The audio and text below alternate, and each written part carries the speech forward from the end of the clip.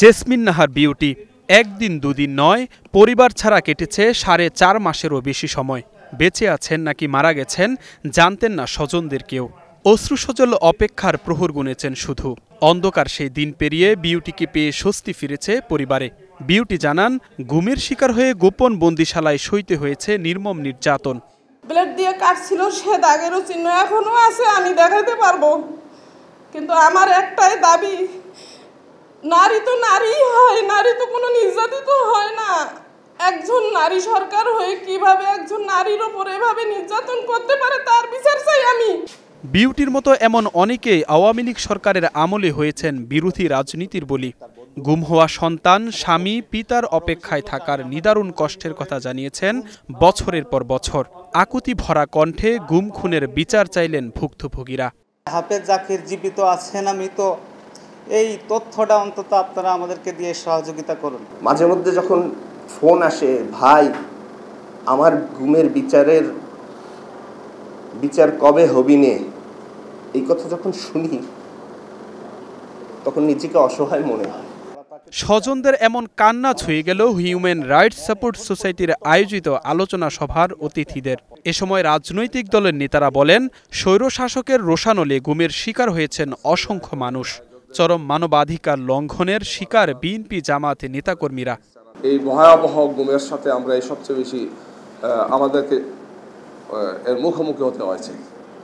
যে 1800 মতো পড়েছে, এর মধ্যে মোর দেন হাফ আমাদের হবে, অর্ধেকের বেশি আমরা এটাকে ঘৃণা করি। একজন ভাইকে না পেয়ে আরেকজন ভাইকে ধরে নিয়ে যাওয়া, গুলি করা, বা বাবাকে না পেয়ে ছেলেকে গুম করে ফেলা, হাতে ডান্ডা বেরি পরে না বাবা বা মার জানাজায় অংশগ্রহণ করা, হাতে ডান্ডা বেরি পরে চিকিৎসা নেওয়া, এগুলো মধ্যযুগীয় বর্বরতা, সেগুলো কিন্তু আমরা দেখেছি। শেখ হাসিনা সরকারের পতনের বছর পেরোলেও গুম খুনে জড়িতদের বিচার কাজের ধীরগতিকে খুব জানান বক্তারা। বহু জায়গায় র্যাব জড়িত ছিল, উঠিয়ে নিয়ে গেছে, তাদের বিনা বিচারে গুলি করে মেরেছে। এসবের গুম কমিশনকে আহ্বান করব, সকল এই ঘটনার তদন্ত সাপেক্ষে যেন বিচারের ব্যবস্থা করা হয়। যেই সংস্থাগুলো স্টিল নাও তাদের পুরনো কাঠামো অনুযায়ী কাজ করে যাচ্ছেন, বাংলাদেশের রাজনীতিতে কোন দল রাজনীতি করবে, কারা রাজনীতি করবে, কারা প্রতিবাদ করতে পারবে, আমরা দেখেছি যে ফ্যাসিবাদের সময় এই গোয়েন্দা সংস্থার লোকেরা এগুলা ডিসাইড করত। নতুন বাংলাদেশে গুমের সংস্কৃতি যেন আর ফিরে না আসে, সেজন্য রাজনৈতিক দলগুলোকে এগিয়ে আসার আহ্বান মানবাধিকার কর্মীদের। আপনারা ভুক্তভোগী হিসেবে আপনাদের প্রতি সবাই শ্রদ্ধাশীল এবং আপনাদের বক্তব্য, আপনাদের চাহিদা, আপনারা কিভাবে কি পরিবর্তন চাচ্ছেন সেটার উপর অনেক কিছু নির্ভর করে।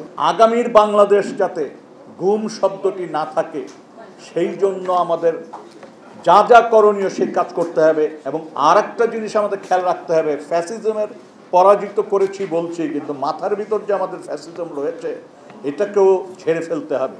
30 আগস্ট দেশ জুড়ে নানা আয়োজনে পালিত হবে আন্তর্জাতিক গুম দিবস।